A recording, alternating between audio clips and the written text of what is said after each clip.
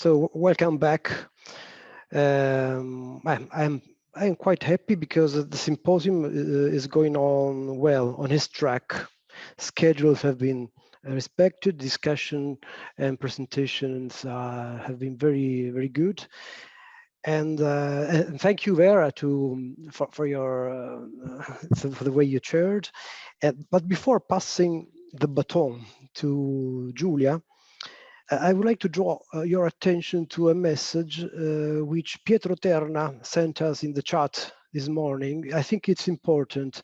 I just read it, and then maybe we can discuss it after the symposium. But I think it's important to read it and to make a reflection on it. I read it. You can read together. He wrote, "I see that Stefano's website is no longer online, but in the Wayback Machine. So he says we should do something to save all the content of this precious website. I checked, not all pages of the old Alter Vista site are online now. We should check together in order to make something, to do something." And so this is what I wanted to say now. And so now I give the floor to Giulia. Thank you, Giulia. Thank you, Alberto. Thanks everybody, and thanks to the organizers for allowing me to participate in this occasion. I'm sorry for sounding probably a bit rough. I'm a bit under the weather today, but I didn't want to miss the chance to be here to remember Stefano. Let me just take less than 1 minute to share a very short personal note. So maybe we can give a bit more time to people to connect as well. I just wanted to say that I wasn't fortunate enough as others have been to have Stefano as a teacher of mine, but I was among the many students whom he took the time to talk with and to advise during my PhD. And I remember him being very interested, even passionate, I would say, about the topic that I chose for my PhD dissertation, that was gender inequality in Italy's past. And he was probably equally as frustrated by what he saw as inadequate measures of women's work that I was trying to reconstruct in my research. So I remember these long and blunt discussions that I needed some time to maybe adjust to his style of discussion, I would say. But after that, I was definitely honored and flattered that he would spend time to think about my work with me. And I treasure the advice that he gave me. So again, I'm very happy to be here to remember his legacy. Let me just remind you the rules of the game. It's the same as this morning. So we have half an hour for each presentation, which we will use, we will allocate giving 20 minutes or about 20 minutes to the presentation itself, and then about 10 minutes for a short discussion. So we are about 7 minutes late, so I will make sure that the first presenter will get them back. But I'm ready to hand the floor to Renato Giannetti, who will present a contribution on the methodological legacy of Stefano Fenoaltea and on the history of the discipline more in general. The title is Left Behind: Chiffre, Theory and Measurement, Fenoaltea and the History of Historical Economics. Professor Giannetti, please, the floor is yours. I think you're still okay. Okay, can you hear me? Yes, we can hear you. So just a moment, we have to collect presentation slides. I have some problem with wires, you know, probably, and there's some difficulty. I have some difficulty to read what I'm doing in this moment. So let me try to.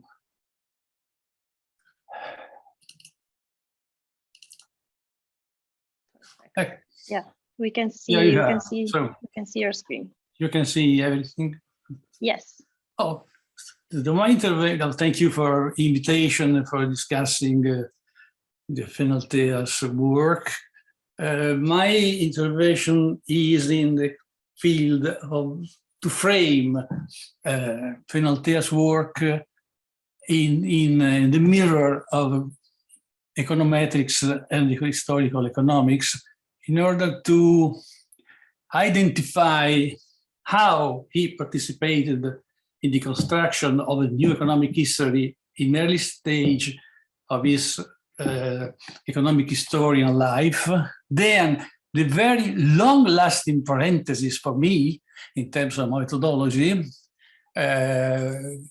he does the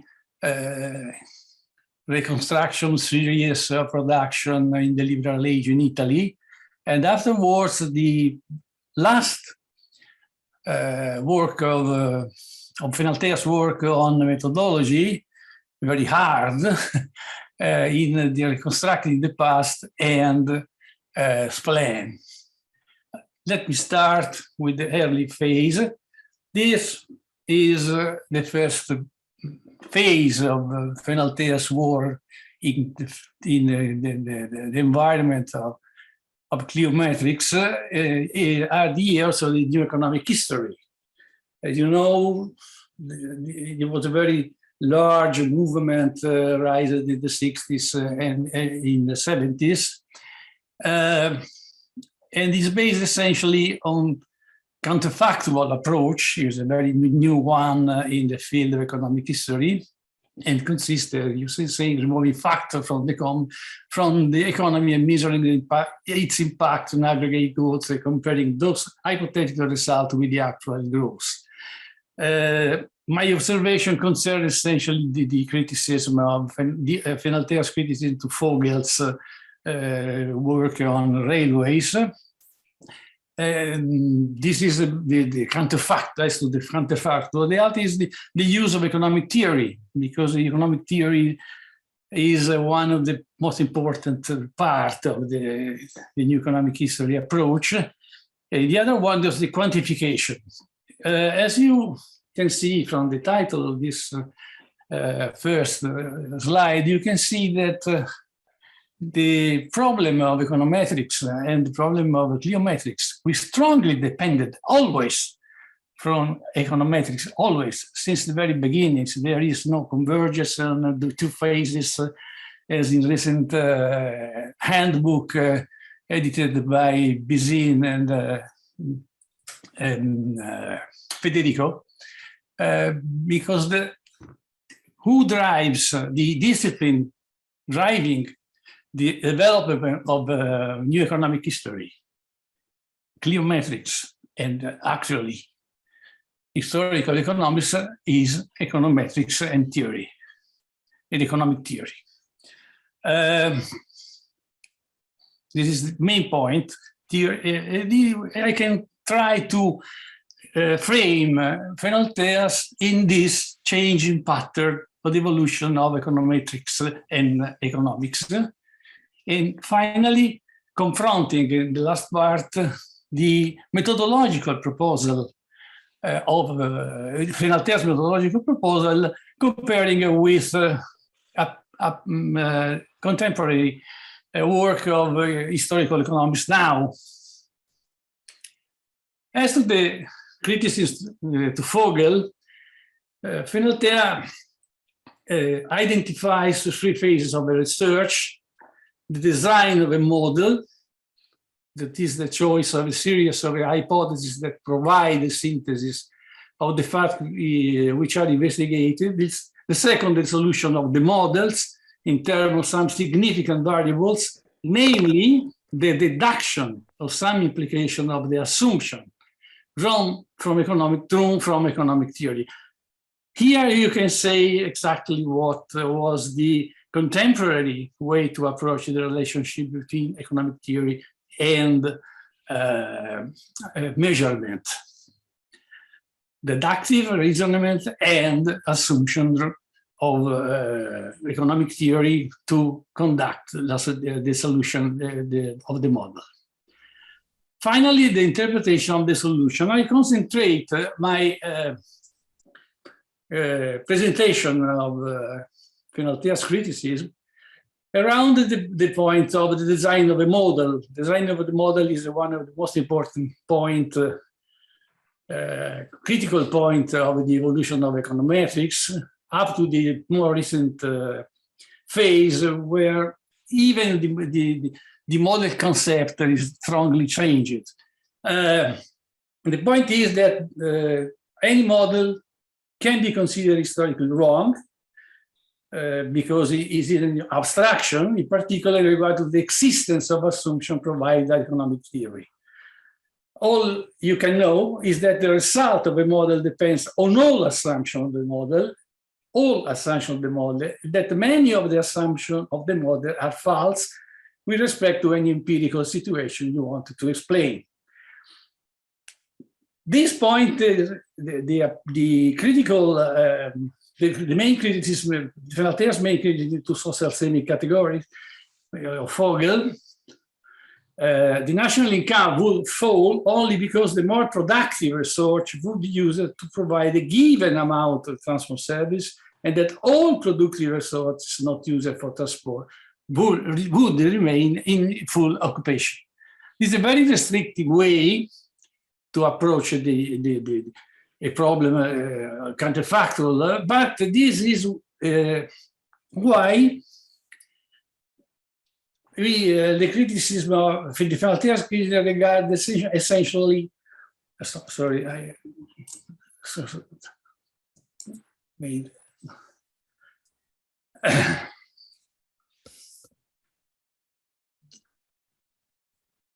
So then, sorry, to go back. The problem of the design of the model are the following.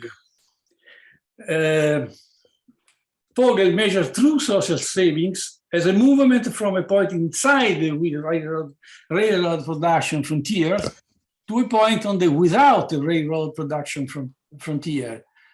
He adopts only the text model of production possibility set by technology and resource constraints to have an appropriate counterfactual.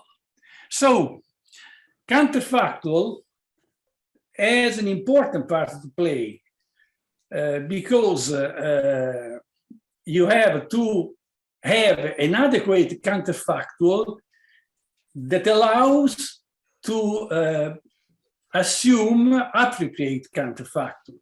In the case of Vogel, this means simply that the covering law of economic theory is the main point in case.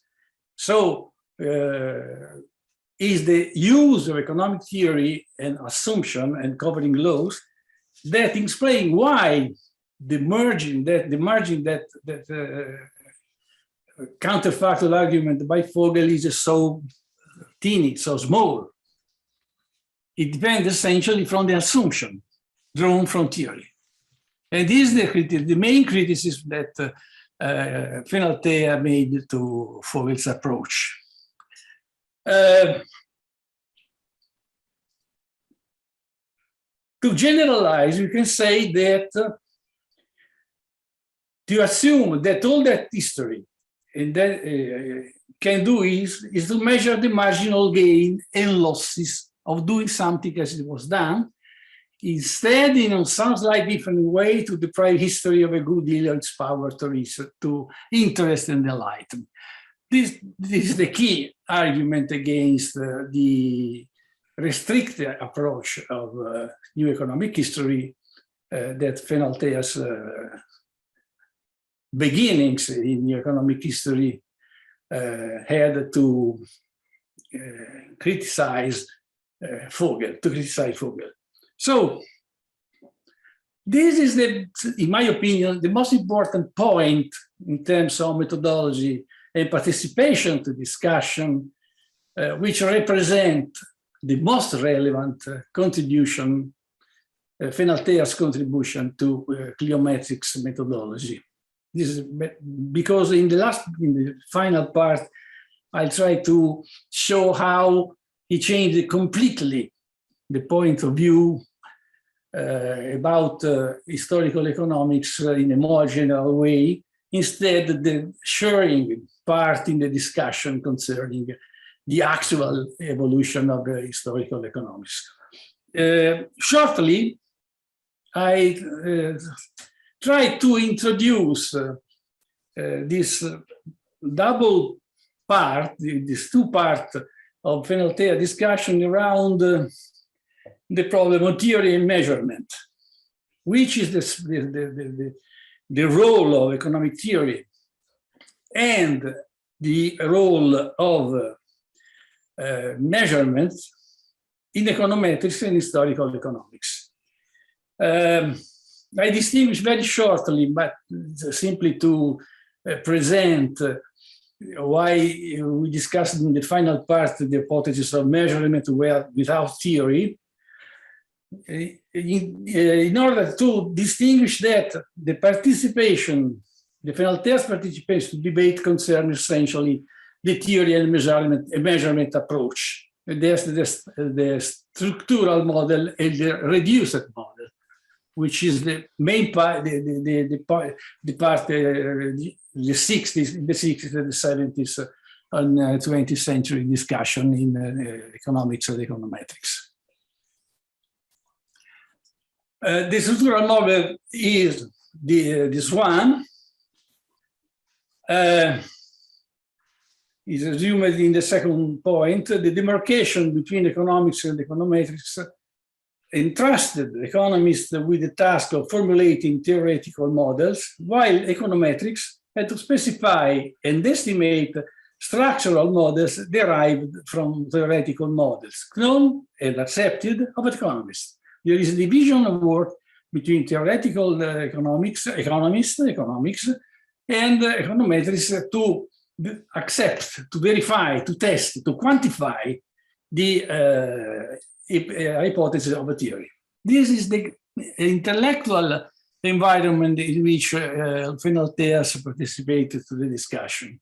But this is strongly changed in the course of the history of econometrics because, as I explained in the slide before, there is a progressive distance between theory and measurement in favor of measurement. All the econometrics in its evolution, long-standing evolution, goes towards measurement and data. Learning from data is the final point of the reflection of econometrics. And as you have said before, now historical economics is in the most part essentially a data-driven econometrics. Data is the main point in the actual phase of development of econometrics. We skip this in order to go rapidly to the problem of measurement without theory.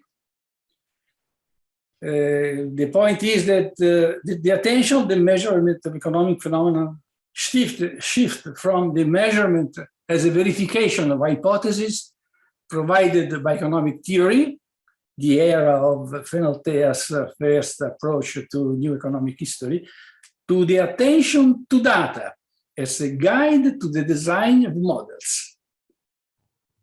And this is, for example, strongly rooted in time series, the early 70s, and more recently in Gauch models. The last case, the most actual way to do historical economics is the natural experiment, which is quite completely without theory. you have data, and you make an experiment, and then shortly describing which a natural experiment is. Traditional econometrics uses epsilon theory and what determines it, so it calibrates with data. Natural experiment instead focus on what drives variation X and do so on a model based on design basis. The experiment involved instead a treatment and control groups and randomly assigns the subject to each group, so that is not associated with anything, instrumental variables and different approaches. Before suggested to study Roman in Taormina.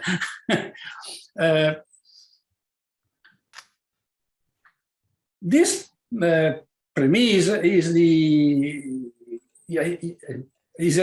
introduction to the last phase of Fenoaltea's approach to econometrics, and concerns essentially the reconstructing the past and the pamphlet explain. The main change that Fenoaltea showed in respect to the early phase, more than 50 years before, is the methodology. There is no more nomological deductionism, but it is so close to constructivism. The facts are no more than agreed upon, shared interpretation, facts and evidence of facts, very slippery stuff. This new methodological phase forces Fenoaltea to frame the long path of historical economics in a general critics of Americanization of the discipline, both economics and history, represented by an ideological view of research as a practical and measurable ideology. It's a very important change.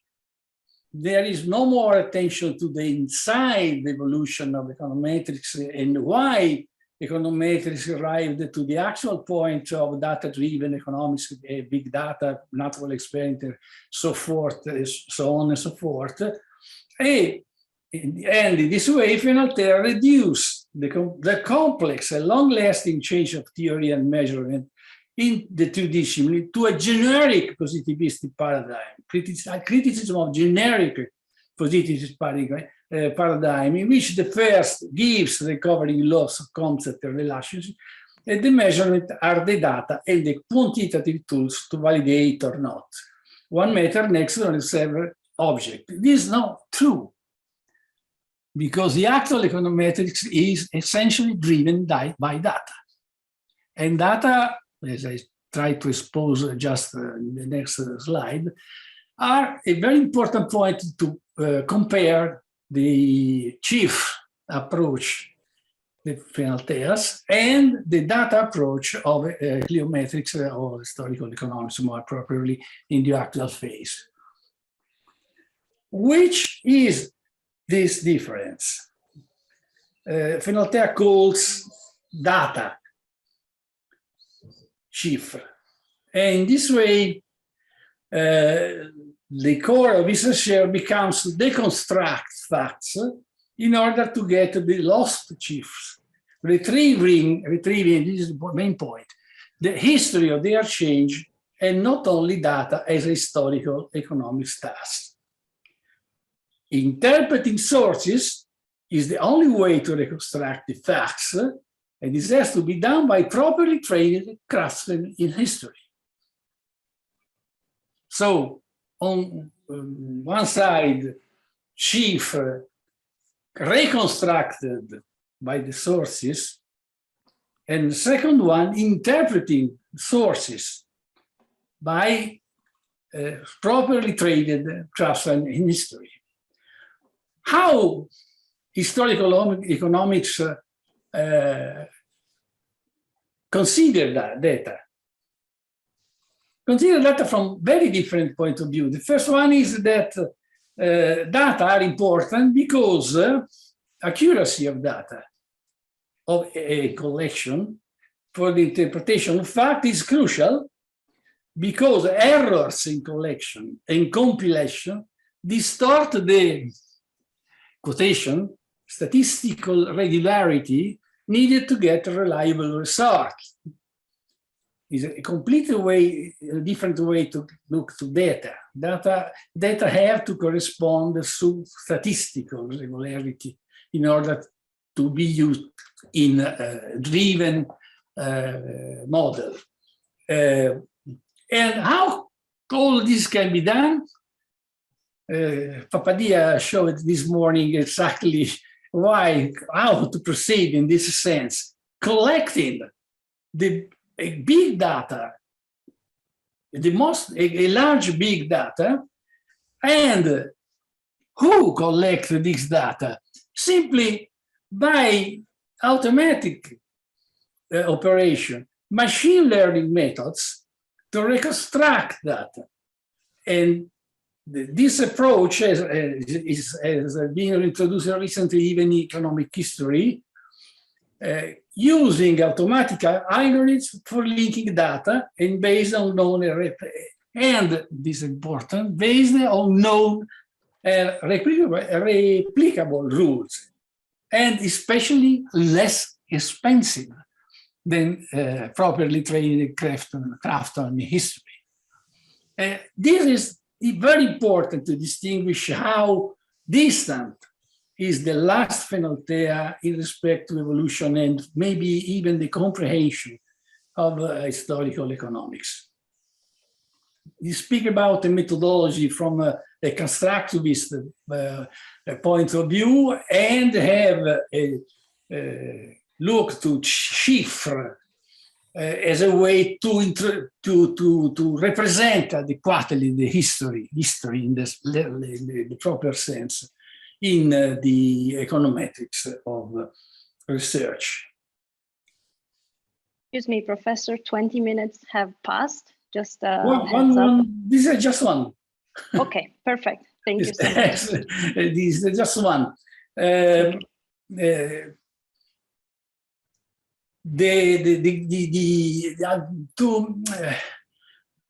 I find in Fenoaltea's last work another curious contradiction, which is essentially the role of economic theory.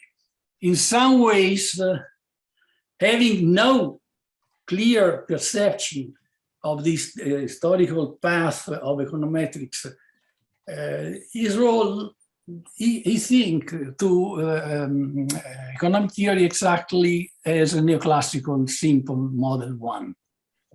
And still based on deduction without errors and characterized by rational choice. So is this always the neoclassical standard economic approach, which is quite different from that driven, where nothing of all this is special, especially in a natural experiment approach, but even in time series on Var-Gash approach that we have today in the presentation. That's all. This is the epigraph. If you could read instead of let me speaking, it's a critical one, obviously, as you had, and I'm here to try to answer to the point that I proposed to describe the role of the Fenoaltea's role in Cliometrics in the two phases in which he participated in the methodological discussion. The first one is separated by 50 years, which I don't take in consideration because it's another way, another point of this long-lasting, splendid work from sources, on the same sources. Yes, thank you so much, Professor, for your presentation. Let me open the floor to questions. I see that Alessandro Nuvolari has a question, please. Yeah, it's more a comment, but also a question for Renato, because I like the presentation and I share most of the views. And also this gives me the opportunity maybe to recall a conversation that I had with Stefano. One of the last time I saw him, he came to Pisa to give a seminar. We discussed this, and so my idea, or the idea that I proposed to him that evening, and in which he didn't react so well, or he didn't share it, was that, in my view, the failure of Cliometrics was the reluctance to question the neoclassical framework. So the attempt to explain everything by means of these comparative statics, full rationality models. Stefano was a master in this. He could really use the framework in a very ingenious way. But my point is that the amount of questions that you can tackle with that is limited, especially when you are interested in long-run economic growth, when you are interested in technical change and so on. And in my view, in the 70s, there was an opportunity. We think about the writings of Rosenberg, of Paul David, at least in the field of technical change, and these have resulted in a revision of the neoclassical framework. All the evolutionary theorizing that is outside the mainstream comes from that, originates in part from that. Or also, sorry, the work on institutions by Northern Power, also that was clearly not fitable in the neoclassical framework. But Stefano didn't want to question that until the very last. Even in Spleen, is not questioned that the theoretical model, it is this one, is that. Please. Frozen. We lost you, Alessandro. Perhaps there's a connection problem. Yeah. Research, I'm not so sure how useful it is. So I would like to know your, since I know that you are working on technical change, I would like to know your feeling about that. Why the Cliometrics didn't want to question the neoclassical approach, even if they were aware of the limits? Yes, of course. The point is that technological change in neoclassical approach and even in the new economic growth is simply tried to let it endogenous by reducing to have increasing returns instead of decreasing returns as in the neoclassical approach, traditional neoclassical approach. But this is the real point. It lacks, in this case, an attention to history to get better modeling. But this concerned quite another type of instruments, which is heterogeneous agent, which is a complex interaction. It's quite different from the usually approach to econometrics in one equations approach, because since the very beginning, after structural multiple equation of a structural approach of the origins, the econometrics reduced more and more to one equation, any question coming from applied economics, especially after Lucas. And this, there exist two different ways. The only thing that I can underline to signal some convergence is that in historical economics, contemporary historical economics, for example, the handbook edited by Bizin, especially Bizin, which is the econometrician of the couple of editors, shows some recent more attention to behavioral of the agents, but maintaining the equilibrium, of the general frame to understand the interaction between heterogeneous adults. So it's a temporary situation. Anyway. Okay, I think we have two more questions from the floor, but I have to ask you to be a bit quick because we are running a bit late. So we have Alberto Baffigi and Vera Zamagni. Alberto, please. Yes, I try to be very, very short. It's more an observation to which Renato, I hope you can answer, because, well, what I think also, I refer also to Alessandro's observation. I think that in Stefano's approach, we have to consider how he changes the different the relationship between among the different layers which lead us from the sources to data, to elaboration of data, to interpretation. He spoke of failures of Cliometrics, and I understood it as saying Cliometrics didn't fail as such, but there are part of this methodology, this approach, which failed. And one of the failure was Cliometric as historians. How do Cliometricians deal with the sources? In a very blind way, I think he would say. Cliometricians are not historians, and he wanted to be a historian. This is maybe he was a part of his originality in the Cliometric school. And theory, and I cannot say everything I wanted to say now, but I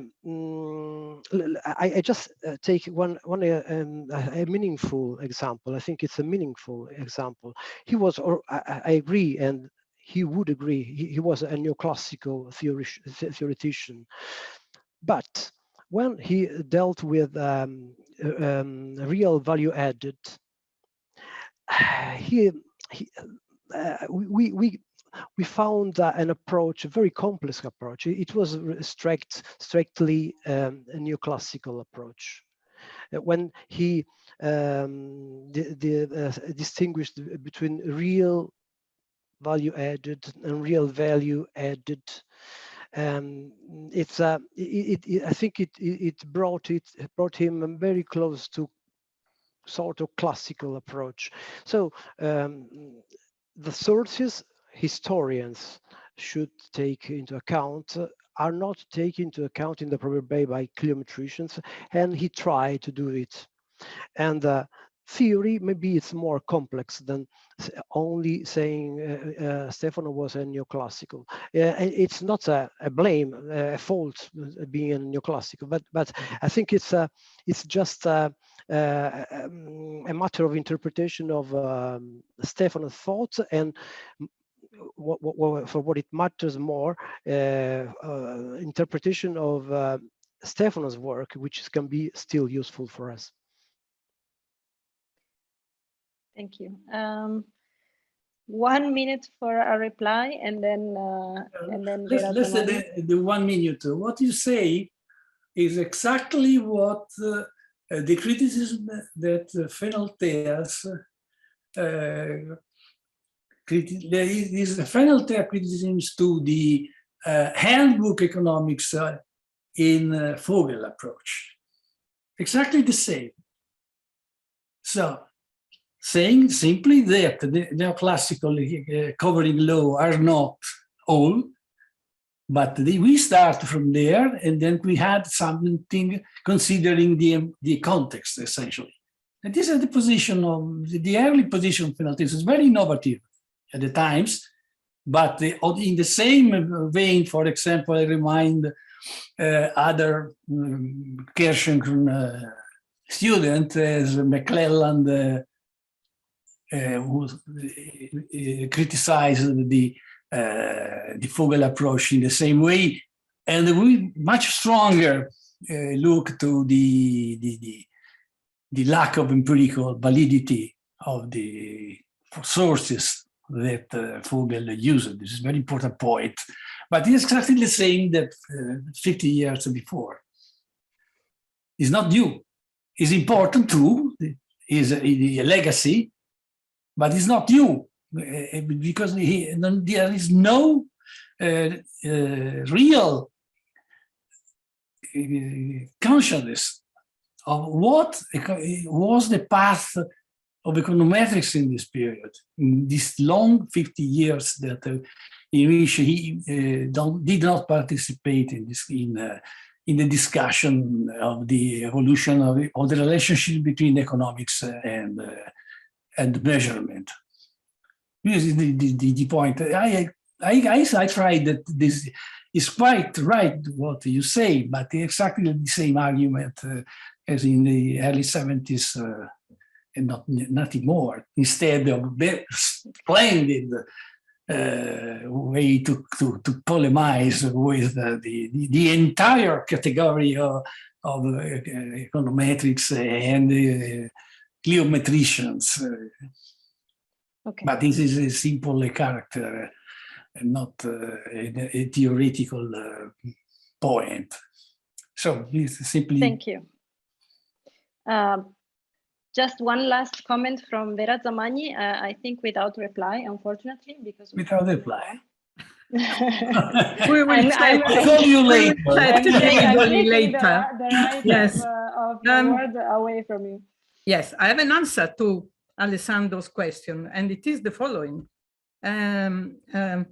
Neoclassical models are so well organized and can be measured so easily that they have hegemonized the field. No? Even the scholars that wanted to do something different, for instance, the institutional economists, still are based on neoclassical models. And even Stiglitz and all these others are, no? Because of the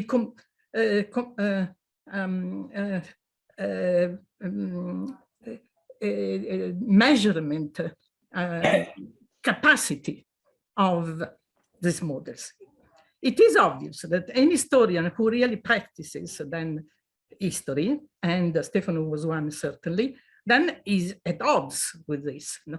And wants to get out of this, but he doesn't know exactly what to do. And the alternative, which is now in place, namely econometrics without theory, we're not so sure that will be better.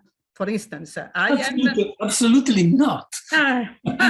No, and I'm personally so much against the panel, for instance, multiplication of data, because I consider it a real mess that does not produce any intelligent results. But this is my personal view. No? But I suggest only a much closer critical approach to contemporary historical economics. So this is the point.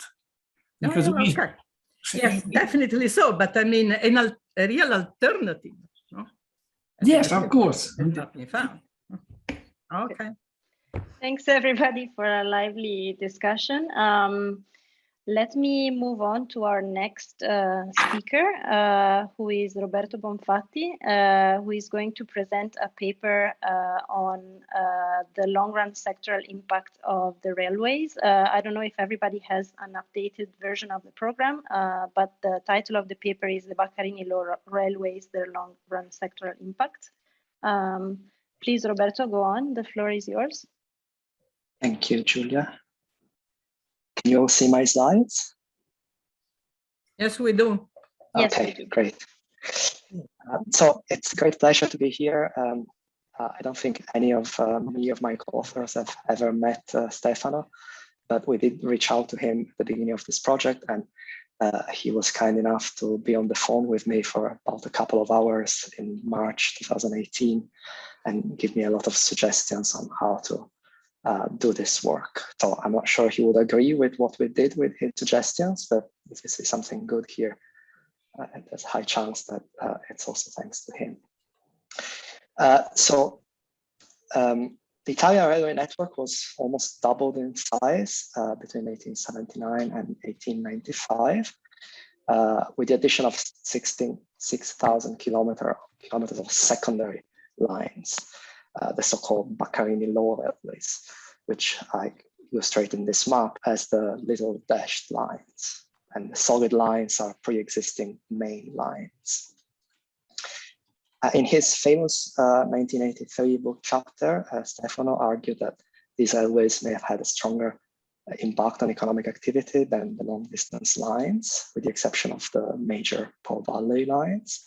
And his argument was based both on logic, the idea that these railways were built in places where there were no other ways to transport goods, whereas the long-distance lines, north, south for sure, competed with sea transportation, and also on new pioneering estimates that he did of net returns, comparing the cost of capital to estimates of consumer and producer surplus generated by the railways. So what we do in this paper is, which is complementary to his work, we investigate the short and long-run impact of the Baccalany Law railways on the location of economic activity at a very disaggregated level, both geographically, because we focus on municipalities, and sectorally, because we focus on narrow sectors of economic activity. We do this by exploiting a novel data set spanning approximately 7,000 Italian municipalities over the period 1861-1991, which we put together starting from many different sources. And the other novelty of our paper, we think, is that we have a new instrumental approach. We instrument for the allocation of the railway using a municipality's quasi-random electoral alignment with the local member of parliament. So what we find is that these railways did have an important impact on economic activity, in spirit with Fenoaltea's conjectures and findings, but with a twist. When we look at OLS results, so without worrying about the endogeneity of railway placement, we find that indeed municipalities connected by the railway grew faster in terms of population growth for much of this long period as compared to neighboring municipalities who didn't get the railways. However, when we look at IV, so when we take into account the endogeneity of railway placement, we find that any effect disappears for the early period and becomes much stronger for the later period, suggesting that these railways were allocated to municipalities that were going to grow faster anyway in the first period, and exactly the opposite in the second period. Then, because we were puzzled by this finding that the Baccalany railways seem to have had a causal impact on economic activity only 70 years after they were built, we further investigated that result, and for the period 1951-1991, where we can do a sectoral decomposition, we looked at exactly what did the railways do, and we find that they made the connected municipalities to grow 11% faster per decade in terms of population, 19% per decade faster in terms of employment in commerce, 25% per decade faster in terms of manufacturing employment, and as many as between 38 and 56% per decade faster in terms of employment in education and health services. So this is a summary of what we find. Now let me show you how we find it. After I discussed the related literature, there's a long-standing debate on the economic role of railways in Italy. In the 50s, there was a famous debate on the macroeconomic impact of public expenditure in the railways on the national economy. Fenoaltea qualified that debate and also started thinking more seriously about the impact of the railways on transportation costs. And now there's a new generation of papers which look at the impact of the railways on industrialization or literacy or manufacturing productivity at the provincial or regional level. As I said, our main contribution here is that we have a much more disaggregated geographical approach. We look at the municipality level. We have a companion paper where we studied in detail the political economy of the allocation of the railways, and our instrumental variable approach that I described today builds on that paper. And finally, we are related to a vast literature on the impact of transport infrastructure on the organization of economic activity, which I certainly give no justice to with these few yet important citations. Okay, so let me give a bit of a historical overview first. We focus on the second phase of railway expansion, the one overseen by the historical left. The key legislation was the Baccalany Law of 1879, hence the name Baccalany Law Railways. An important feature of the law was that for many of the railways, it only provided a list of city pairs that would have to be connected, but it didn't specify exactly which route should be followed. So the actual route of these lines was only determined at a later stage. So for example, just to talk about a railway that is close to where I sit right now, the law would say that Adria, the city of Adria, that is right here, and the city of Chioggia, that is here, would have to be connected by railways, but it didn't say anything about how to connect it. Should we go this way, as we actually did, or should we go in a straight line, or should we go on the opposite curve? Okay.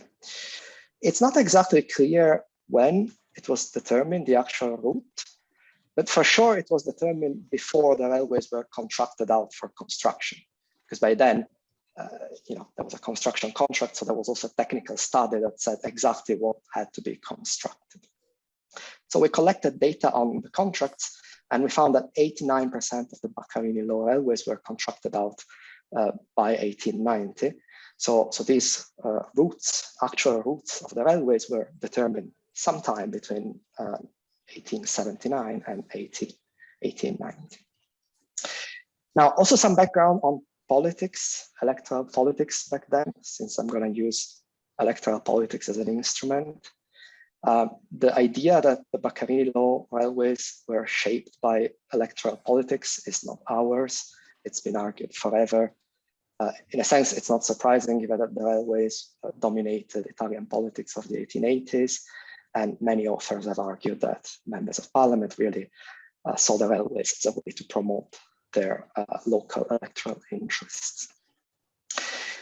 We focus on the 1880s, mainly because, as we saw, the railways were contracted out during this period. So we know that the decision on the actual routes of the railway were made in the 1880s, but also because with the near bankruptcy of the Italian state in the 1890s, our sources become more patchy in the 1890s. So in this period, there were 3 parliamentary elections that we're going to focus on, 1880, 82, 86. There's a change in the electoral rule between the first and the second 2. In the first, there were many small single-member districts. In the second 2, fewer larger multi-member districts. And this creates interesting complications for us that I'm not going to get into unless you're interested in. Okay, so let me tell you exactly what our empirical approach is.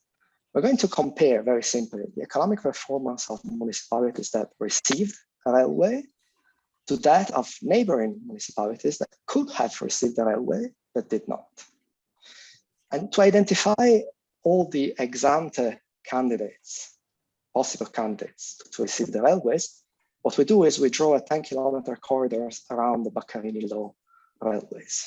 So I have a map here, and again, going to the Chioggia-Adria line, we assume that all municipalities in this green area could have potentially been cut through by this railway had they decided to build it in a different way. Okay, so in our analysis, we're going to compare the economic performance of municipalities on the railway to that of municipality in the green area, but not on the railway. Now, obviously, if we just do this comparison, there's a problem of endogenous placement of the railway. Maybe the railway was allocated to municipalities that were going faster anyway. So what do we do to address that? We instrument for a municipality receiving the railway using its electoral alignment with the local member of parliament in the election before the railway was contracted out for construction. So the idea here is that if a municipality gave a lot of votes to the to the politician who was elected in the district, then it was likely to be rewarded by this elected official by being put on the route of the Baccalany Law railway that had to be built in that area. Now, obviously, an instrument, it's there to solve for an for the existence of an endogenous variable. So the instrument must be exogenous itself. And political alignment is certainly not exogenous. You should just take it as such. So what we do to make political alignment exogenous, we focus on, we further restrict the sample to focus on marginal electoral districts. So these are electoral districts where the winner was touched by a very, very narrow majority. So what we're going to do is to use as instrument for the railway allocation, how many votes a municipality gave to the winner in a district in which the winner was that particular politician by a random event. It could have easily been the opponent of that politician. So that gives us the random alignment with the politically influential person. Then the other feature that an instrument must have is to satisfy the exclusion restriction. So we want for political alignment not to matter for economic performance in other ways other than the railways. So we argue that we're safe there in two ways. First, historically, it's easy to show that the railways were by far the largest public investment of this particular period. So it's unlikely that electoral alignment has shaped economic performance of this. Electoral alignment in the 1880s has shaped the performance of these municipalities throughout the 20th century in ways other than the railways. But then we also do a placebo in which we see if electoral alignment predicts economic performance outside of our green corridors, so where the Baccalany Law railways were not built, and we find that it didn't. Okay, so just to be a bit more precise on the econometrics, so on the left, we're going to have the population, let's say, of municipality M in province P, in district D, and in year T. And we're going to regress that on the dummy rail MPD, which is a dummy for whether or not municipality M received a Baccalany Law railway or not. Okay. And so we interact this dummy with a time trend, and also note that we have municipality fixed effects. That implies that a positive delta means that the connected municipalities grow faster than the unconnected municipalities over the period under consideration. And we also have province year fixed effects, district year fixed effects. So we really only focus on the very narrow local effect of the railways. And then, as I said, we instrument for the arrival of a railway using a municipality share of votes given to the local member of parliament in the election before the railway was contracted out for construction. Now, one disadvantage of having this arguably better identification strategy is that because we have to focus only on the green corridors and only on narrow districts, we are left with only a small part of the Italian municipalities. So we're going to have 537 municipalities in our sample. Okay, so the data, very quickly, since I'm running out of time, we assembled this big data set. Let me just mention the two key sources we rely on, the sources without which there would be no paper. The fantastic data set by Carlo Ceccarilli and Peter Grote on the railways, georeference data on the railways, and then the equally fantastic data by Corbetta and Piretti on electoral results. Now, we also rely on other people that I don't have time to say about that. Okay, so in the 5 minutes if I have left, I'll talk about 3 sets of results about population, which we can look at for the longest period, employment and establishments in commerce, which we can do starting in 1927, and industry starting in 1911. And then for the last period from 1951 onwards, we'll look at finer sectoral disaggregation. So if you look at population, first, in this panel, I have OLS results, and they're all significant. So for example, this number here means that municipalities that got the railway grew faster in population, 5% faster per decade in the period 1881-1901, compared to other municipalities in the same green corridor in my map. And similar effects you find in almost all periods we consider. But when you do IV, though, so when you only exploit the exogenous variation in the placement of the railways, you find that results become insignificant for the first part and become much larger and even more significant for the second, suggesting indeed that these OLS coefficients here are must be driven by the fact that municipalities that were growing faster, possibly were going to grow faster anyway, they were given the railways, so that there's a selection bias in these coefficients. But in the long run, it's actually the opposite. So in the long run, it seems that the railways were selectively allocated to municipalities that were going to grow more slowly, as suggested by the fact that our IV coefficient is much larger than our OLS coefficient. Now, when we move to commerce and industry, these results are basically confirmed. I only show you IV results.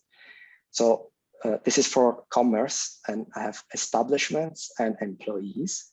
And again, you find that there was no effect on the railways in the first period between 27 and 51, but there was a large and significant effect after World War II.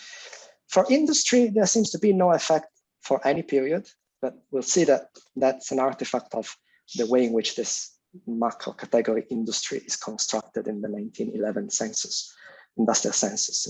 When we unpack it in a minute, you'll see that there is some action going on. So then the next thing I'm going to do is to unpack commerce and industry in subcomponent parts.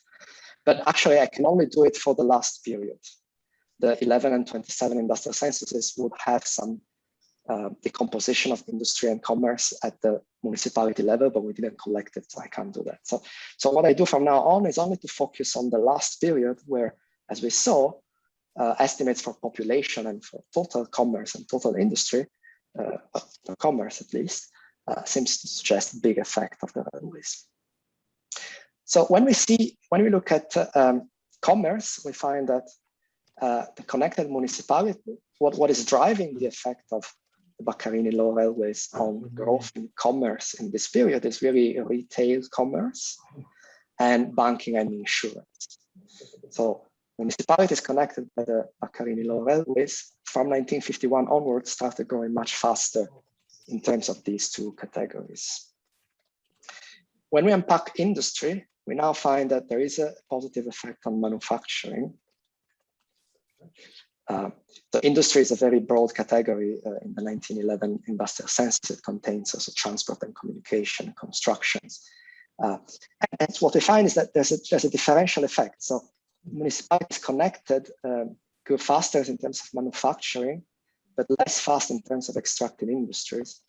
And we think that this may have something to do with, so Stefano argued in his 1983 chapter that at the time they were constructed, the Baccalany Law railways transported mostly materials of domestically produced products. They transported mostly materials for the building industry. So this suggests that these railways must have encouraged production in extractive industries in municipalities that were connected.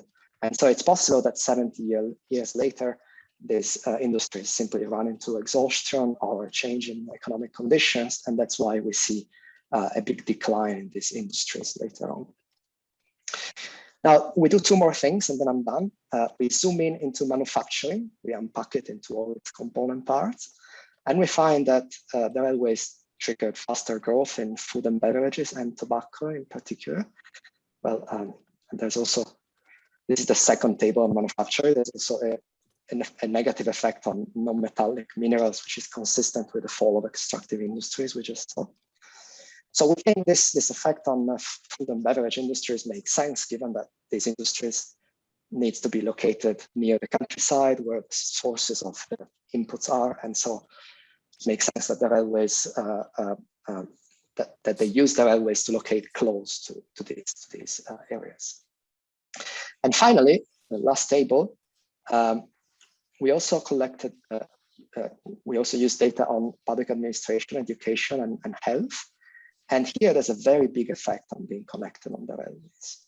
So having a Baccalany Law railways means much faster growth in schools and hospitals and other health territorial services after World War II. Okay, to conclude, Baccalany Law railways connected many small centers of the Italian interior to the main lines. Our results suggest that these railways only had a causal effect on the location of economic activity about 70 years after they were built in 1951, 1991. Although I should remember that this is an analysis at a very local level. So we're not saying anything about the macroeconomic impact of the railways or even on the effect of across provinces or across regions. And on that, there are other studies that cover this. So this is, in a sense, a surprising result. That the railways have an effect only so long after they're built. And we are hoping to understand it better. Our main hypothesis is that what really the railways did was to interject the economic miracle of the 50s and 60s. Obviously, this was a period when the economy grew as ever before, and also growth was much more homogeneously distributed on the territory as compared to economic growth before World War I. So it's probably not surprising that these local railways that were built over the whole country had a bigger chance to interject its economic boom when it was so homogeneously distributed on the territory as compared to earlier when it was concentrated in a very few areas of the Northwest. Thanks, I'm done. Thank you. Thank you, Roberto, for a very interesting and efficient presentation. So we have time for a quick discussion. We did start 10 minutes late, so but in order to keep on track, maybe we'll have something quick now. If there are any questions from the floor or comments, yeah, I can see Paolo Di Martino, please. Okay, thank you very much. Very interesting paper. I liked it. I have a couple of questions, clarification really.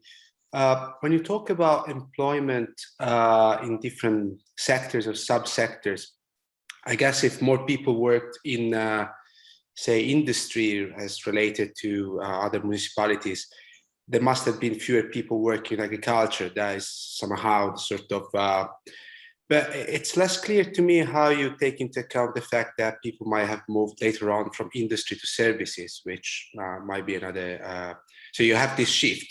So it seems that everybody comes from agriculture and up either in industry or in extra employment in industry or services. I'm wondering whether there is also some kind of shift from, especially in the later period, from industry to services, and how you, if you take that into account. The other question is about the connection between the development of education and development of railways about a century before. I'm missing the sort of say casual sort of what the relation exactly is. So you have a railway line, or you don't, and you see that somehow more people are educated if you have it. Now, I would discard the idea that people get an education in order to work in the railways. I don't know, it might be. Otherwise, the only channel I can think about is that you build a school in the municipality where there is the railway station. Everybody commutes onto that location. I think it's a bit of a stretch, to be frank. So maybe you have a better explanation than I have for that. Or maybe, if I can be frank, it sounds a bit of a bit of a random result. To be fair, I miss a bit the logical connection between the two. But maybe you have a better explanation. Thank you very much. Thanks. I'm sorry, Roberto, if you agree, maybe we can collect all the questions together and then leave you the time for a reply. What do you think? Sure. Okay. All right. So we have Andrea Papadia. Yes, thank you. That was really, really interesting. And I'm just kind of, a lot of the things that I was thinking about through the presentation you mentioned in the end, in the conclusion. So I was wondering if you have some information on how differently the railway was used before and after World War II. So like just some aggregate statistics to understand a little bit more if there was also change, a qualitative change in the way the railway was used. You know, transportation of goods versus people, what type of goods. So some more information on that to understand a little bit more the channels for this kind of delayed effect that we see. And then I was wondering, you know, I guess not, but it's a bit surprising that early railways, you know, because I would think naturally the channel would be like there's some kind of agglomeration effects right at the beginning, right after railways are impacted, but then this matters more later on after there's the economic boom and or during the economic boom and everything else. But you know, from the population stuff, it doesn't seem that there is this agglomeration effect. So kind of also connecting a bit to Paolo's point, like what is the channel really that we should think about here? Is it's fascinating, but I don't know what it is. Thank you. Last question from Charles Meyer. I'm sorry, I think you are muted. Okay. It's an elegant paper, but railways, I guess this is in line with the last questions. Railways are used for people to go on as well as goods and material. And it seems to me that in some sense, it's tied up with the whole question of commuting and working mobility, the possibilities of working, let's say, within a feasible distance to another job. And I just wonder whether you know, there's any way of factoring in that. And after 51, once you have autos coming into mass usage, perhaps the decline in the contribution of the railways might indicate, make you look more at the role of passenger traffic in these periods. But I enjoyed this a lot. Thank you. Roberto, quick reply. Yeah, so I'll start from this last point, also because it connects to other questions that were raised. We also found it a bit puzzling, to be honest, because as you mentioned, there was a reversal of fortunes in roads versus railways in the 20th century. So after World War II, if anything, the railways became less important than before for commuting, for transporting goods. So we would have not expected that. We would have expected the opposite. So far, our working hypothesis is that somehow these connected municipalities gain some sort of advantage that we're unable to measure, essentially because we only have population data for the early period. So maybe the population data doesn't capture everything, and that's it. And then we miss this initial effect that mattered so much. A paper I've mentioned by Basile, Ciccarelli, and Grote finds that provinces which have more railways witnessed a larger spread of literacy before World War I. So one hypothesis we have is that somehow the connected municipalities reached an advantage in terms of literacy at an early stage. And then when later there was a big development in education, health systems, and so on, these were the natural places to build a new school, to build a new hospital, and so on. But yeah, so far these are only hypotheses. We don't really, we haven't really tested for them. The other question that was raised was on exactly what kind of structural transformation was going on. The problem to answer that question is we don't have data, as far as I understand, and I'm sure some of you know much more than I do. Disaggregated municipality level data on employment in agriculture does not exist until at a much later stage. So we don't have, you can only know about structural transformation when you have all the parts of the structure, but we are missing agriculture data on agriculture. So that's that. But obviously, we also need to keep in mind that after World War II, there was a lot of internal migration. So when you think of structural transformation, it's not just people moving from one sector to the other, it's also people coming from outside. And we will need to factor that into. But I take that point that we need to think more about all this. Thanks everyone. Thank you so much, everyone. So we can move on to our next speaker, Wasiq Khan. I'm sorry for probably butchering your name, so please correct my pronunciation. Who will present a paper titled "Testing Stefano Fenoaltea's Hypothesis on the Origins of the Transatlantic Slave Trade." So please, Dr. Khan, the floor is yours, if you're there. Hello? We can't hear you or see you. I'm trying to unmute. Ah, yeah, now we can hear you. Okay, great. And let me see. Can you see me now? Not yet. Let's see. At least not me. This is the host has to allow me for the screen sharing. Well, okay. Can we please allow screen sharing for our presenter?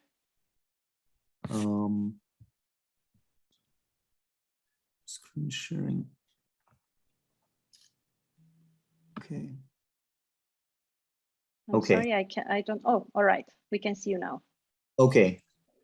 So for screen sharing, I have a PowerPoint here.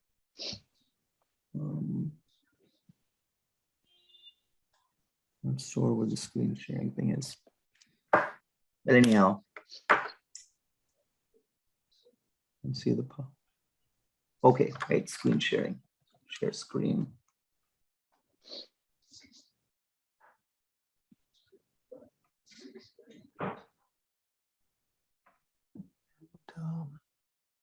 Doctor, just push in the share screen button. Yes.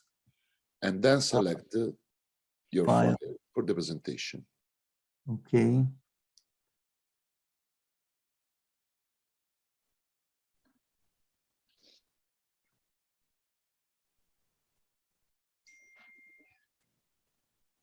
It should be a green button at the bottom of the. I see the share screen and I push that, but I'm not finding my file and the options here. Okay, well. You can. I think you can also just share the desktop and just show us the screen as you see it. Okay. Should be that option at least. Okay, I'll try that. So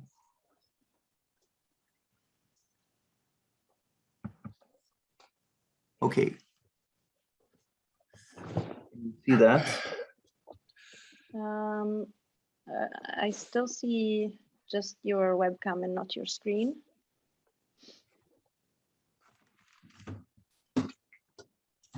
Okay, I put my PowerPoint up on my screen. Yeah, and then push the share button, then select the thumbnail with the PowerPoint inside the window, and then push share.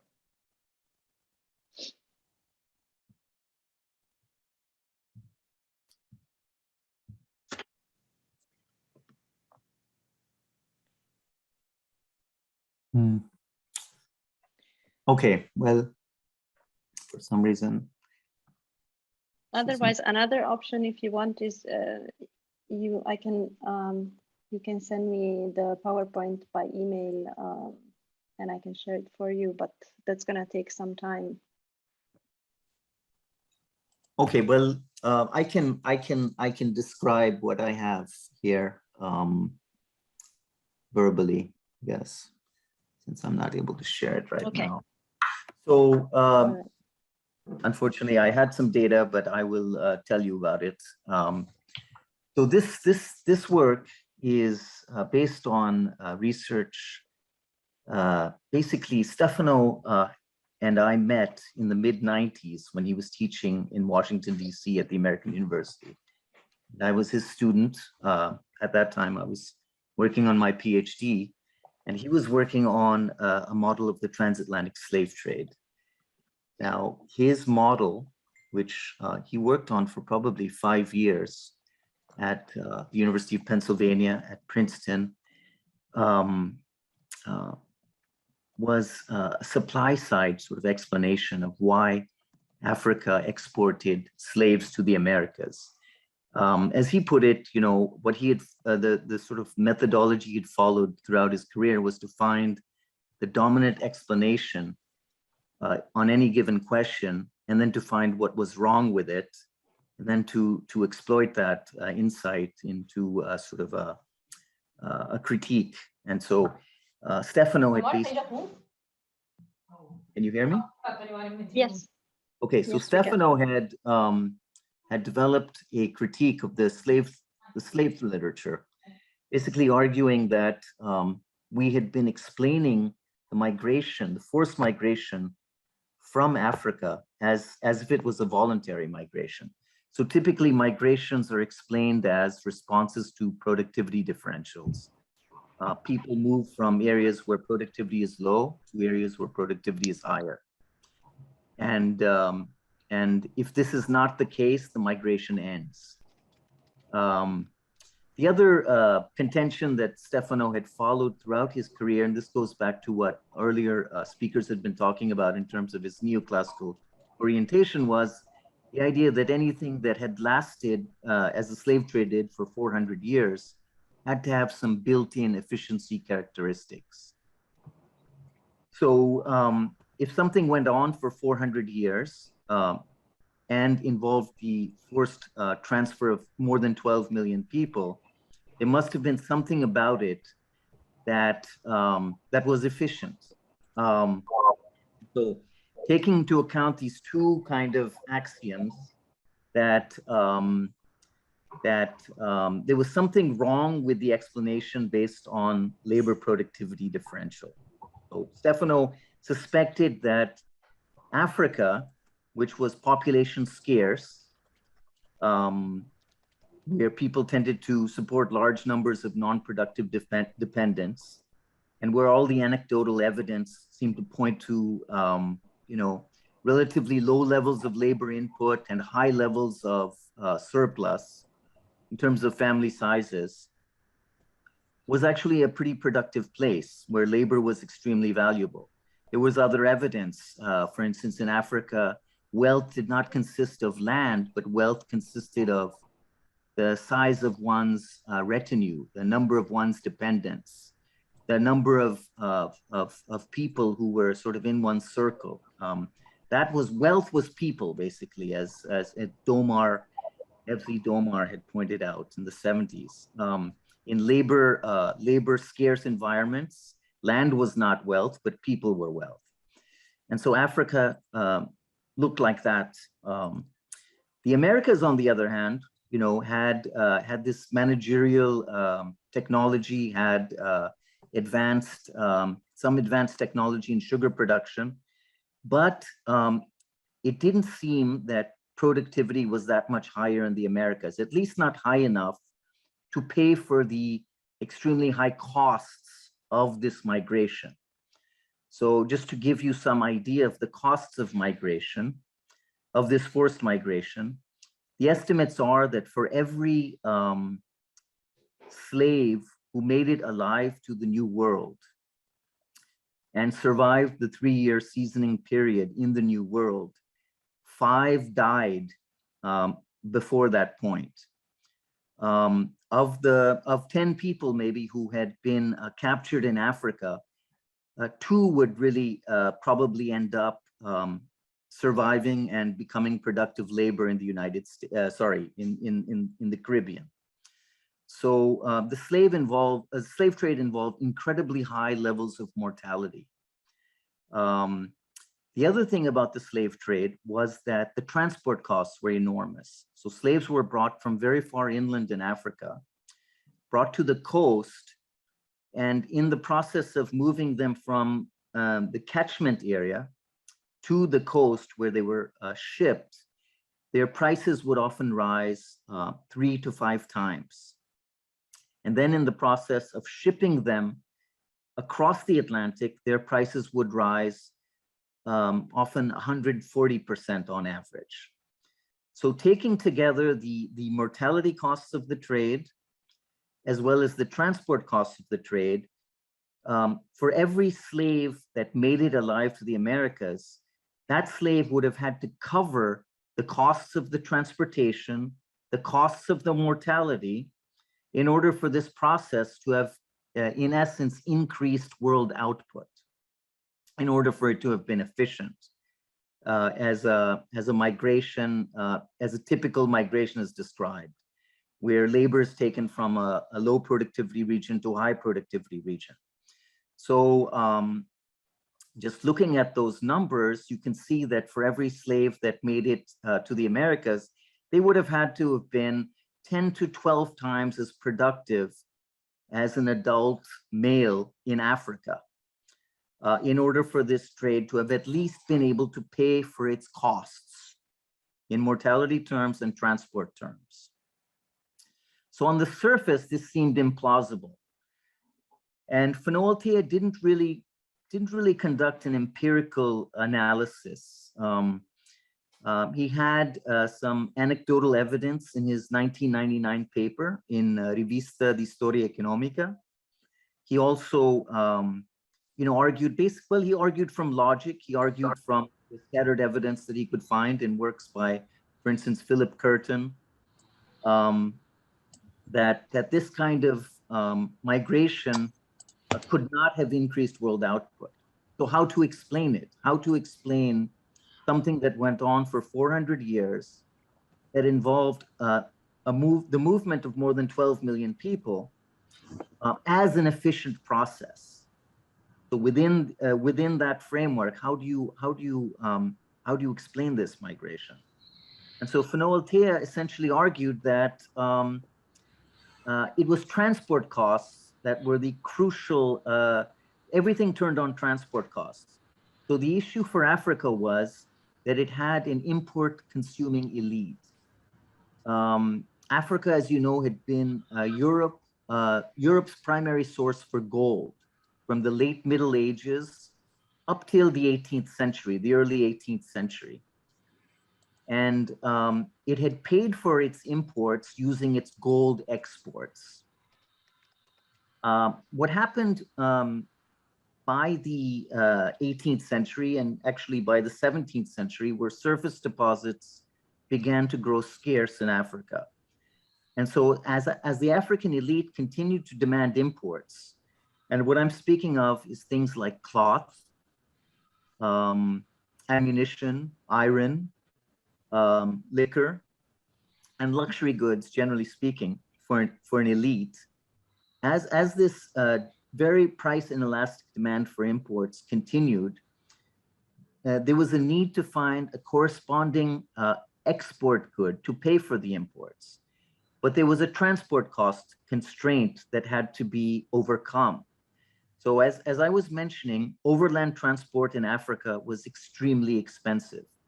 We're speaking of a continent where draft animals were impossible to use because of sleeping sickness. We're also speaking of a continent that was very isolated from the rest of the world geographically, not only by distance, but also by the pattern of ocean currents. So if you see the ocean currents off the coast of Africa, they flow southwards. And any ship, for instance, that hopes to go from Africa, a sailing ship I'm speaking of, that hopes to go from Africa to Europe in order to, for instance, finance its imports by exporting something to the source of its imports, that ship would have to sail west, virtually to the coast of Brazil. It would first have to sail south, basically to about Angola, and then tack westward almost to the coast of Brazil before it could find currents that moved northward and eventually eastward to the North Atlantic and to Europe. So shipping to Europe was extremely expensive, and shipping anywhere was expensive because of these currents. And transport overland was extremely expensive because of the lack of draft animals, the lack of roads. So given this transport cost constraint, how could the African elite continue to consume imports? Well, after gold exports began to disappear, the solution was, and increasingly became, the export of human captives. Because humans, unlike millet or sorghum or groundnuts or cola nuts, could actually move themselves, and they were extremely valuable per unit of weight. So, you know, a slave on the coast of Africa could be purchased for about £5 sterling in the 18th century, depending on where you were buying the slave.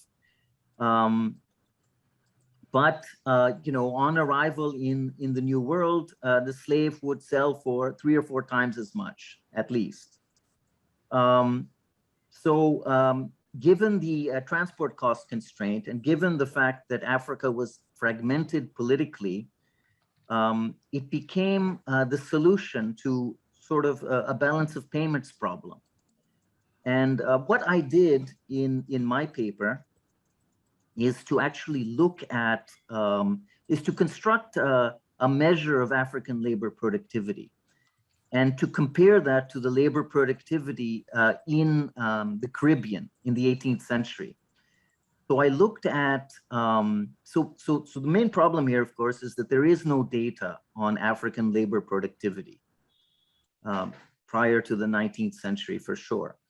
So what we do know is that Africa's population grew at the rate of about 0.3 to 0.5% a year in this period. So there must have been a certain kind of family size that made that possible.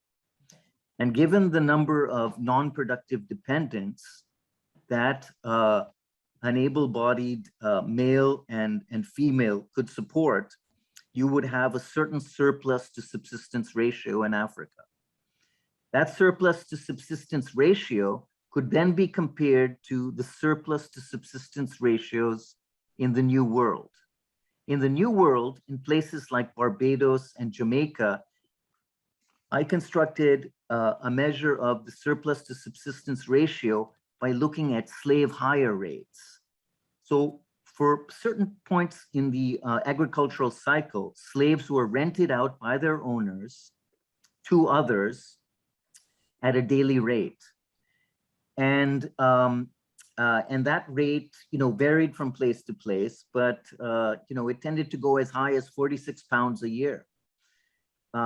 Now, subsistence costs were very well understood because plantation owners kept detailed records about how much they paid to feed and house and clothe and look after their slaves.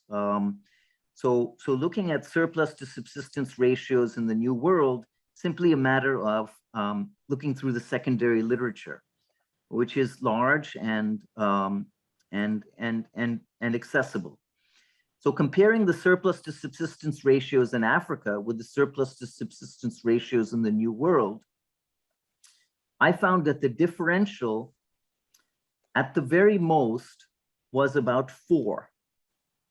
Now, what I did was I took, in order to sort of test this, test the idea that the surplus to subsistence ratio differential was not large enough to support the cost of the trade,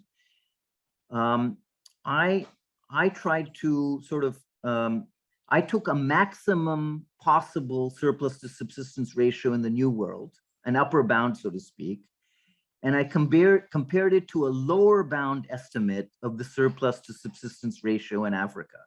In other words, I found a way of comparing a lower bound in Africa to an upper bound in the New World in order to maximize the labor productivity differential between the two regions.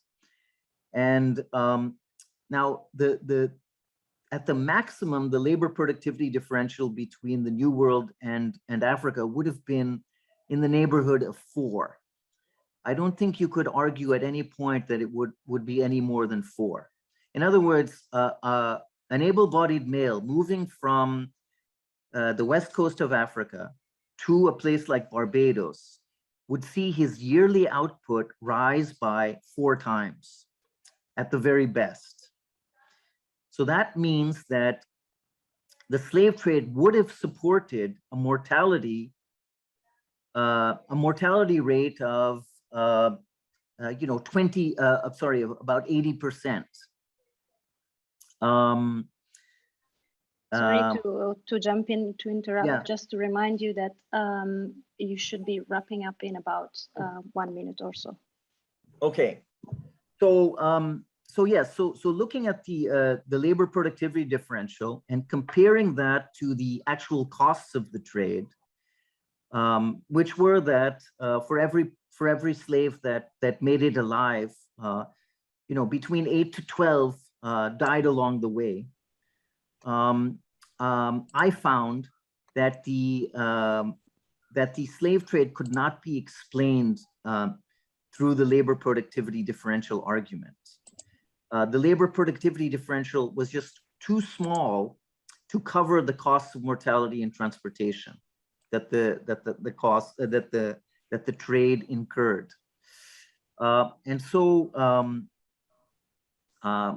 this was the topic and the conclusion of the paper, and it was an effort essentially to add some empirical meat to Fenoaltea's, to test Fenoaltea's hypothesis, which I found very interesting, and I think it has a lot to say about migrations, not just the African slave trade, but migrations of all sorts, because migrations continue to this day that are really responses to balance of payments deficits. So you find labor moving from areas where there's a balance of payments deficit to areas in which remittances and other forms of transfers can breach those deficits. The difference between this slave migration and modern migrations, however, is that transport costs are now low. And so what was once a permanent migration of forced labor can now be a temporary migration of free labor. That in essence is the gist of the argument, and the gist of what the data that I would have shown you had I been able to share my slides. Thanks. Thank you so much for the very interesting presentation, and sorry about the technical difficulties. So we are about, I'm reminding to the next speaker. We started about 10 minutes late, so we are a bit delayed. I think I should still allow for a few questions from the floor if there are any. Maybe we'll collect them all together and leave some time to the author for a quick reply. Any questions?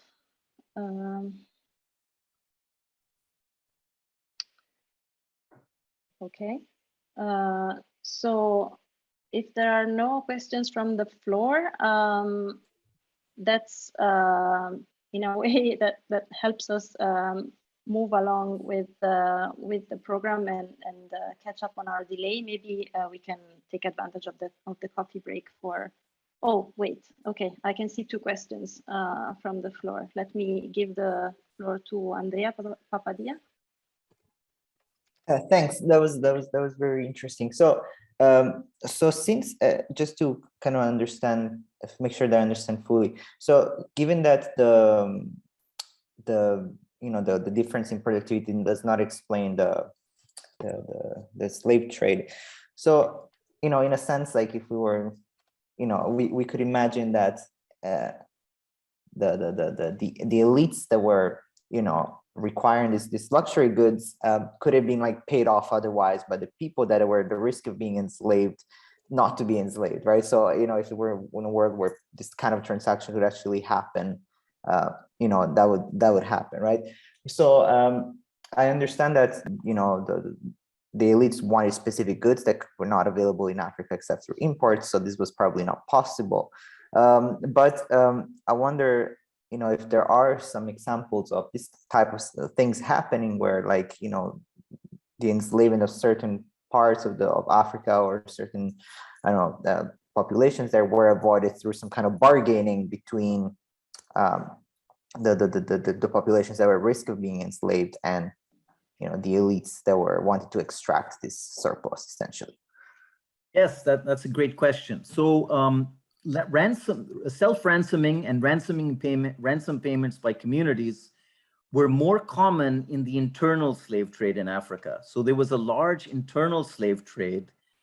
For instance, in northern Nigeria, in the late 19th century even, there were estimates that 40% of the population was enslaved. And so that slave trade is very old. The slave trade across the Sahara, the slave trade within Africa is very old.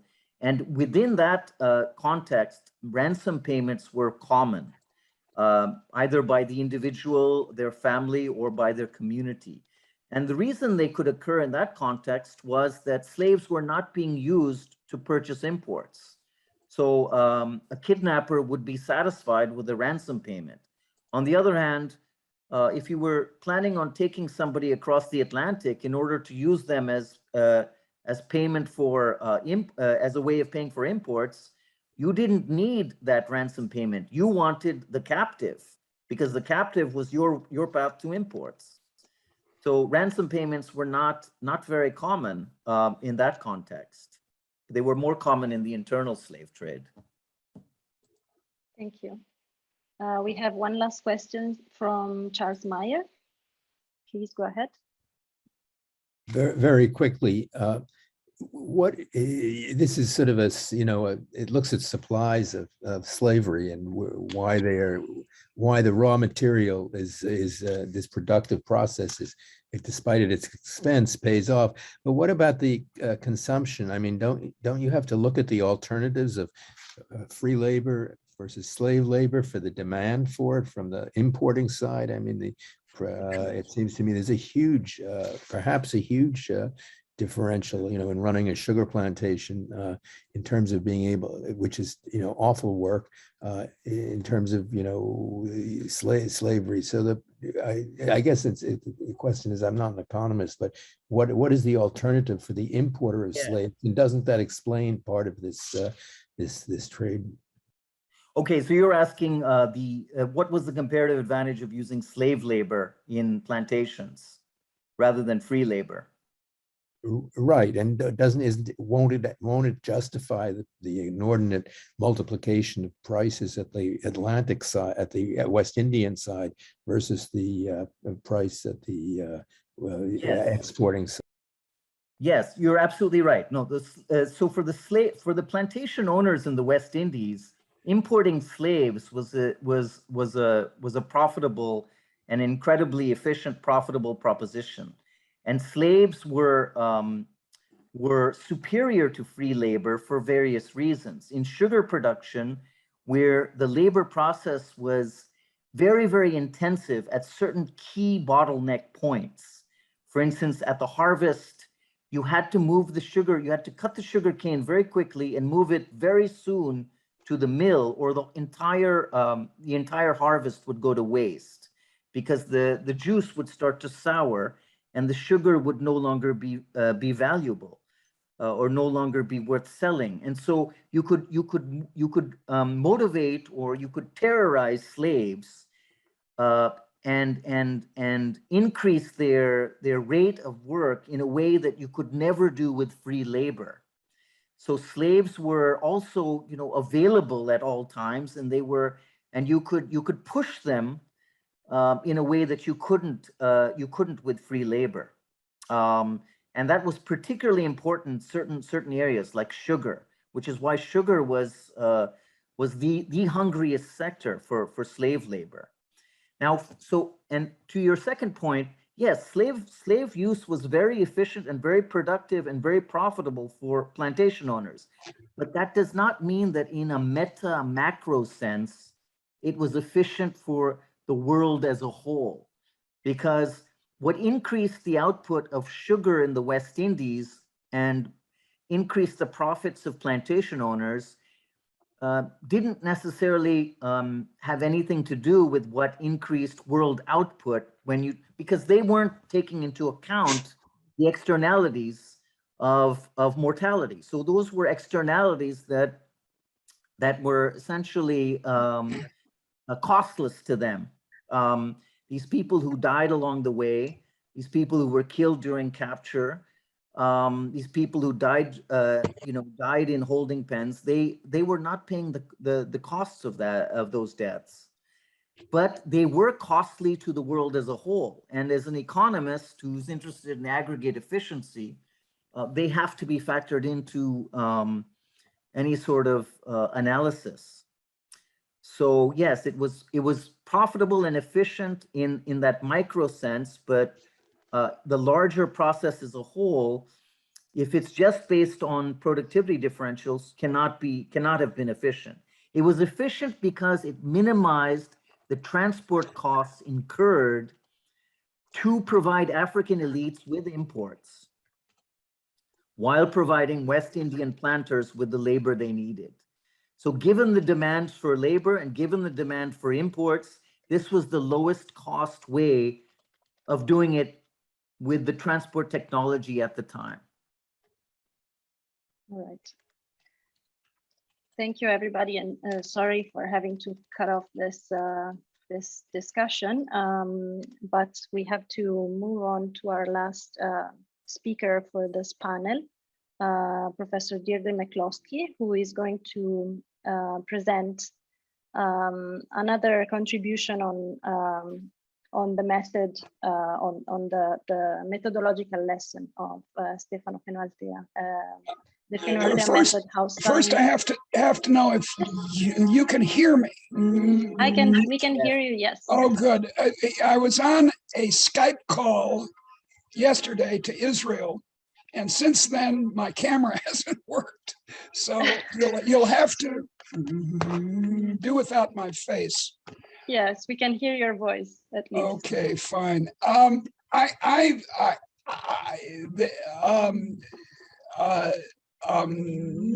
Khan's talk is an excellent introduction to what I want to say about my friend and about how he worked as an economist and a historian. And I think we can learn a lot about how to actually make economics and history advance from his procedure. Everyone who knew Stefano at all well knew that he was aristocratico. He was proud. He was inclined to fierce arguments of various kinds. He was outspoken. He was straightforward.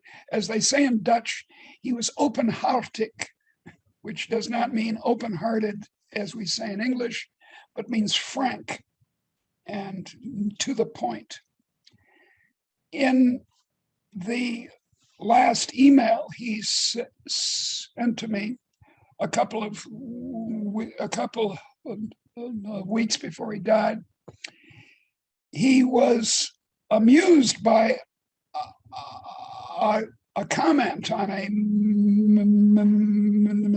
methodological paper he had submitted to a journal, where one of the referees said, "Oh, well, we can't dispute or even mention other scholars who are alive We must only quarrel with, I don't know, with Marx and Smith. His procedure was one that I think works and that actually advances historical and economic scholarship. And it is what's called in the philosophy of science after Karl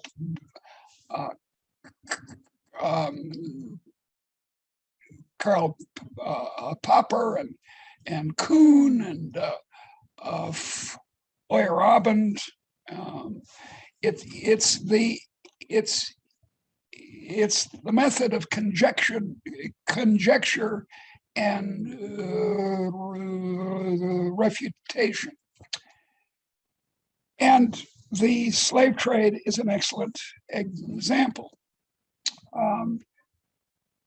The way he would approach a scientific question is, as was just pointed out, to examine the conventional normal science about historical or economic question, and then ask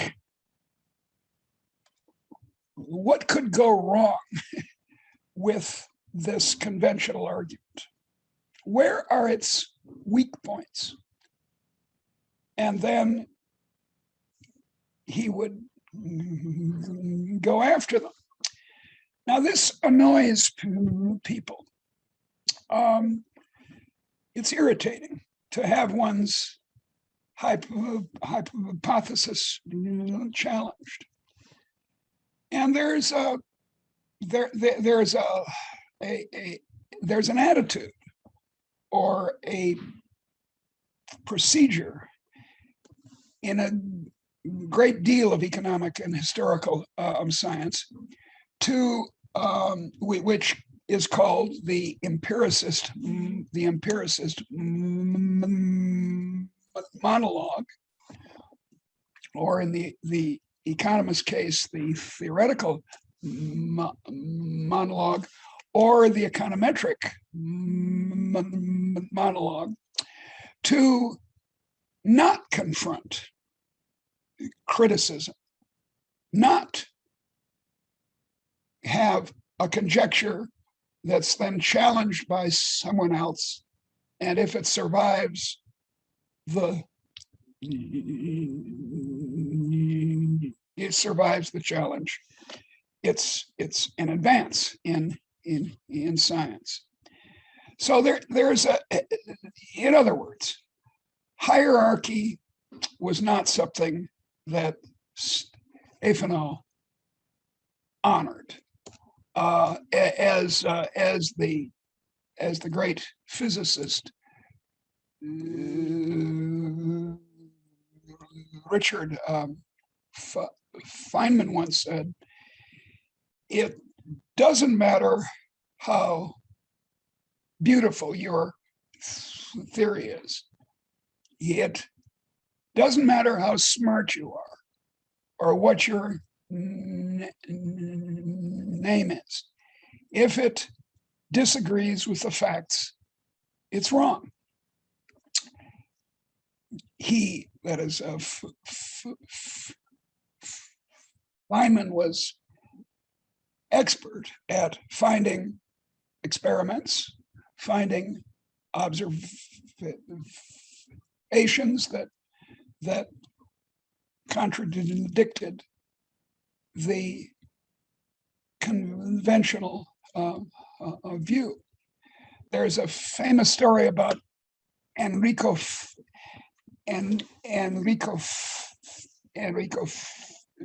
Fermi. A group of physicists were speculating on life on other worlds, and Fermi fell silent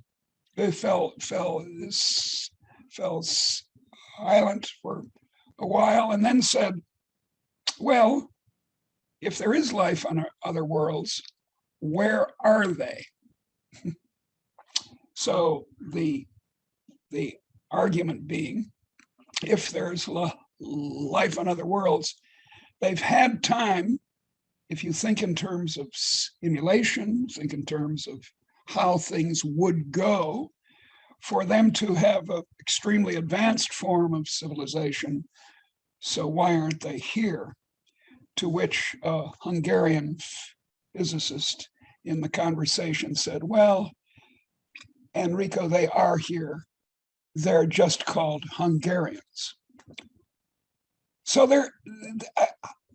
this is the way, I think, for scientific progress in our fields.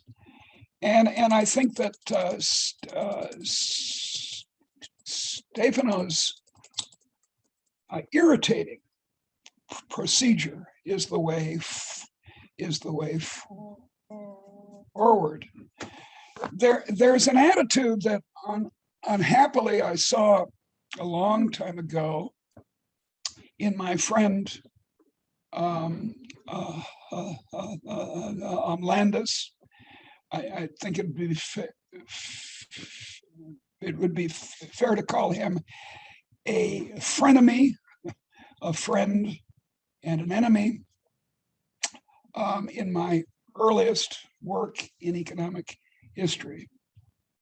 And he was a tremendously admirable man, a man of integrity and courage, like Stefano. But he didn't answer criticisms. He made a habit of not answering criticisms. It would be a sneer in a footnote that would suffice. And that's not how we should proceed. If it's me making the criticism, I can see why he might ignore it. But it's not how to get superior insight into what happened in the past or how an economy works in the present. Now, I understand that because of the training of economists nowadays, young economists, there's a conviction that regression analysis with appropriate instruments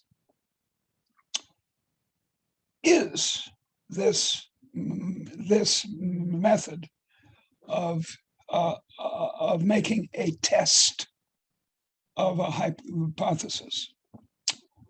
And I would argue, as the American Statistical Association declared in an official report about 5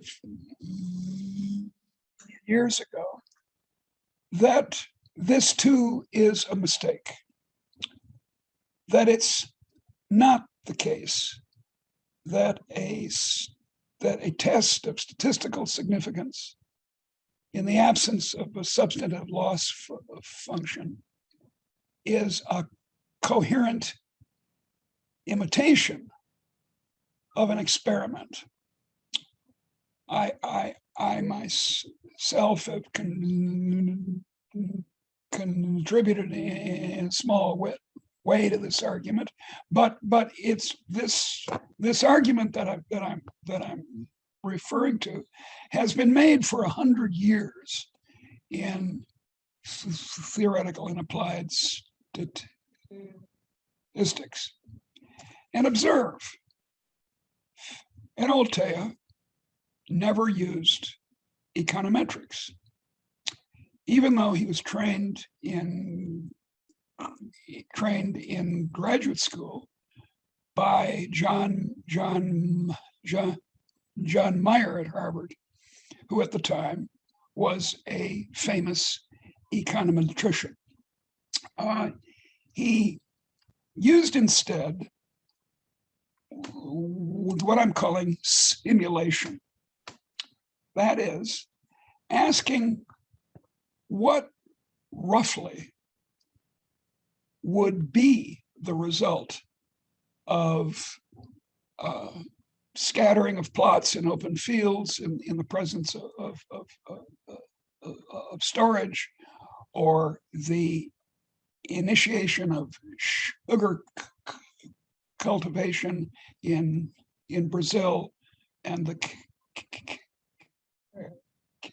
Caribbean over a long period of time, or what the quantitative results of a fast growth of the iron and steel industry in Italy would be for aggregate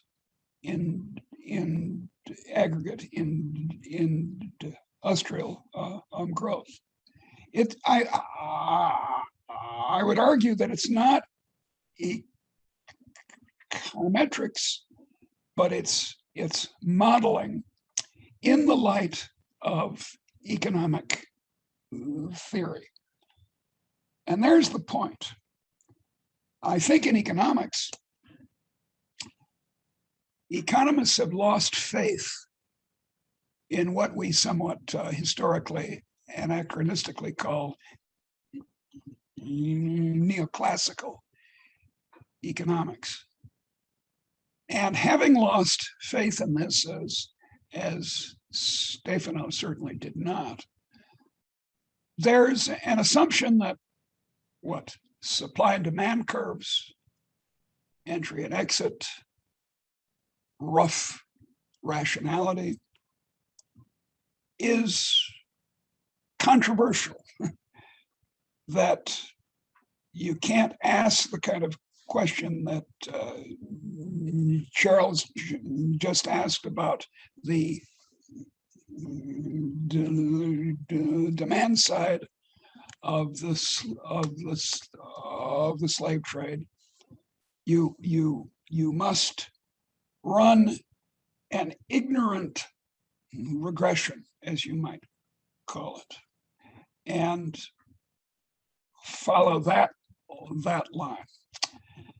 So those are the controversial views, I think, of Stefano Fenoaltea.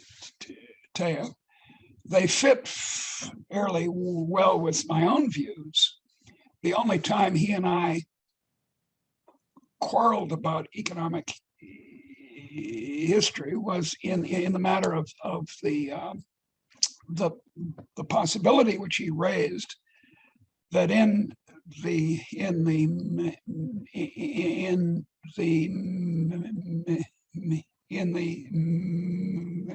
medieval agricultural economy of England, storage of grain could be an alternative to the inconvenient scattering of plots, which I had claimed and continue to claim in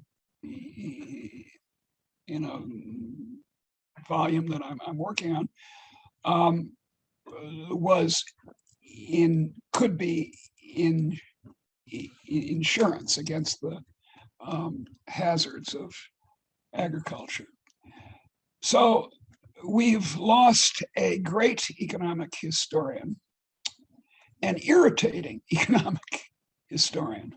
But my point is that we should be, what can I say,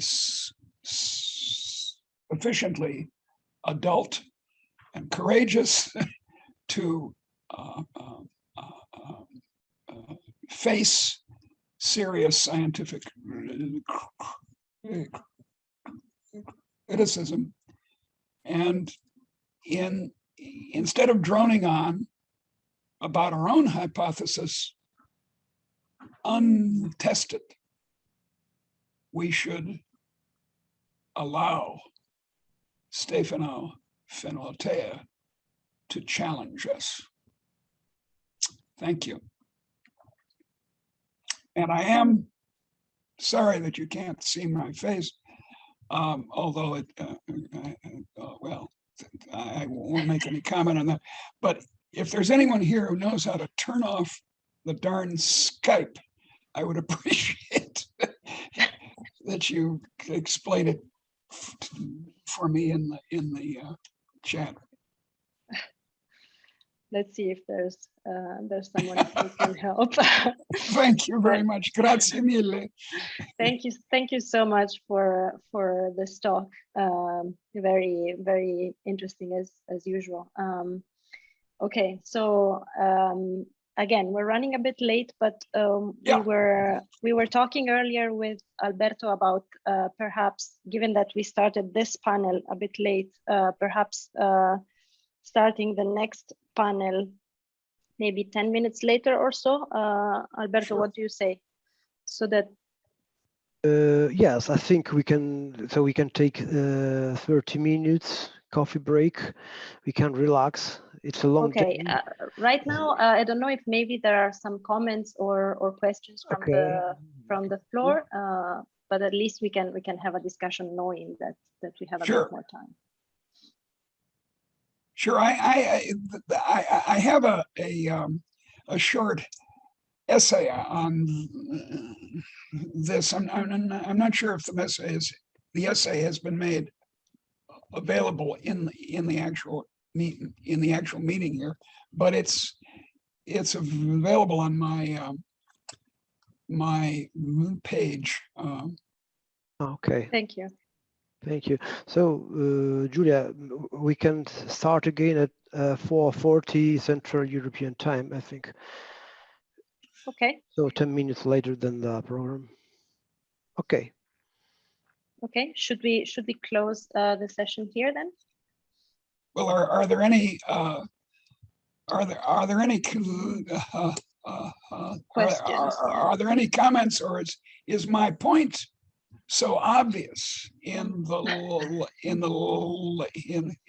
light of this man's life? I mean, it is kind of obvious that he was a challenging personality, and scientifically challenging, and I think that's worth paying attention to. It's not just his very interesting arguments about Italian industrialization and the slave trade and open fields and this and that. It's how he arrived at these arguments that is, I think, interesting. We do have a comment from Alessandro Nuvolari.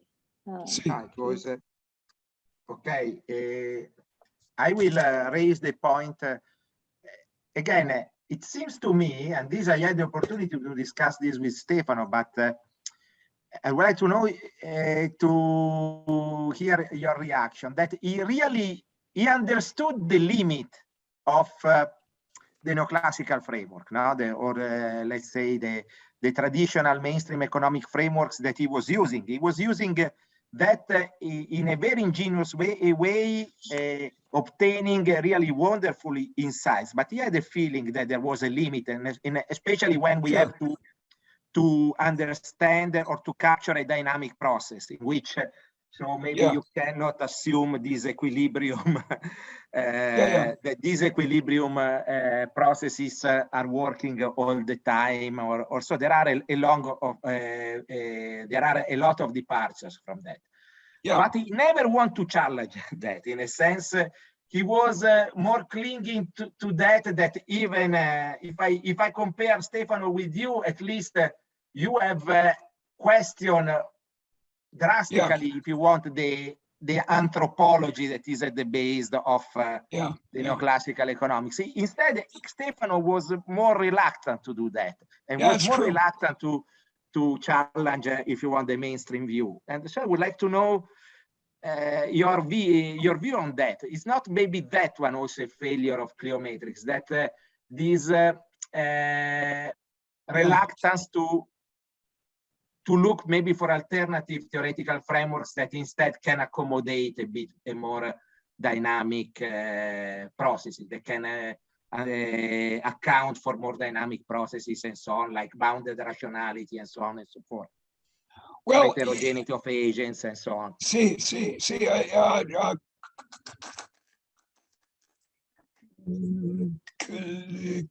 Come vai, Alessandro? Yes, I completely agree, and it's a very interesting comment, because it is true that he as you say, clung to what we're calling here the neoclassical approach. But observe, it's not really the neoclassical approach, because the Austrians, whom are often off to the side in modern economics,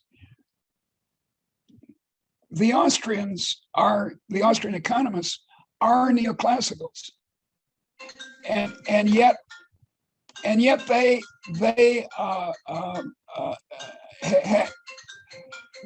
have more of a process approach, which is to say, I have some irritating phone in the background, but we'll have to tolerate it because I can't get up easily. It's an ad. They send ads to old people trying to cheat them. I hope that's not true in Italy.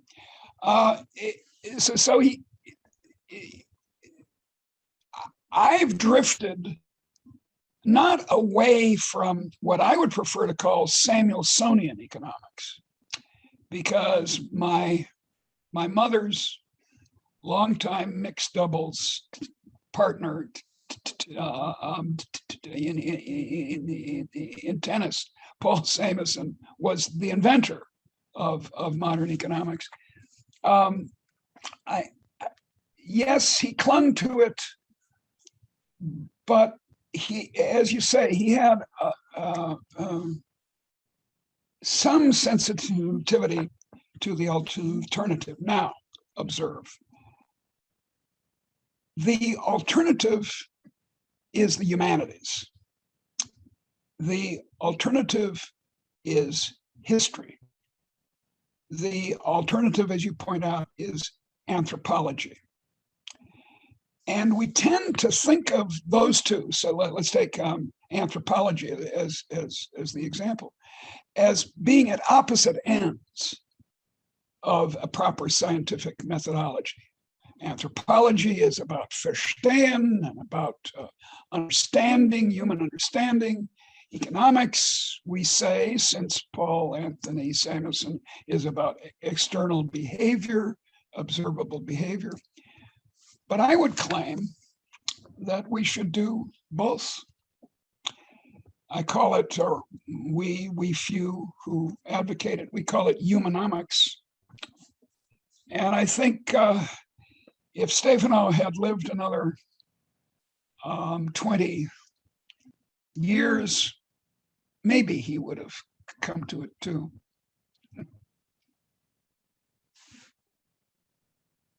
Thank you. Any other comments from the floor?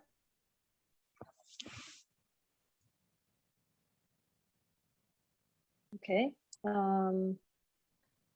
I guess then we can have a short break, and then, as we were saying before, we reconvene at 4:40 instead of 4:30, just to allow us a few more minutes.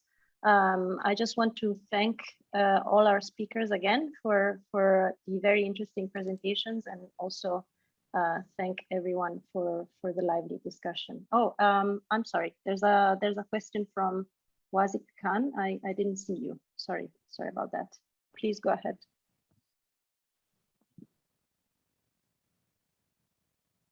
Yes, I think you're muted. Yeah. Yeah, you have to unmute. There you go. Hi. There you go. Sorry, yeah. I do very well know about Stefano's reputation among his peers and particularly among his managers. But I just have to add that, you know, for his graduate students and his undergraduates and his graduate students, he was unfailingly kind and yes. Solicitous, and yes. And he, you know, he hosted me. I visited Rome. He hosted me at his house. Yeah. I had met his family many times. He, you know, he was almost a father figure to me. Yes, I understand. He played soccer with us regularly. He was one of us, and he loved that. And yeah. we felt so much. We felt so much for him. And I know he had that side to him, but I just wanted to add that this was far more than just a cantankerous character. He was a really kind and gentle person in many ways. Well, I agree. I completely agree. I mean, he was smoothly, as was his wife, smoothly generous and courteous about my gender change, for example. I mean, and so he was. His problem was we were sort of sliding into the other discussion that's going to happen in a while. He had a problem, which some people do, that he kicked up. But unlike some people, he didn't kick down at all. Yes. So students and secretaries and so on and junior faculty, that's exactly right. But I don't want to turn this discussion into a discussion of his personality, because I think the critical methodology is what we should view as the sort of philosophical contribution that he had. Mm-hmm. And as I say, it was illustrated very well by this presentation that you had about the slave trade. Thank you. Thank you for this nice memory. Thanks, everybody. So see you at 4:40. Okay. Arrivederci.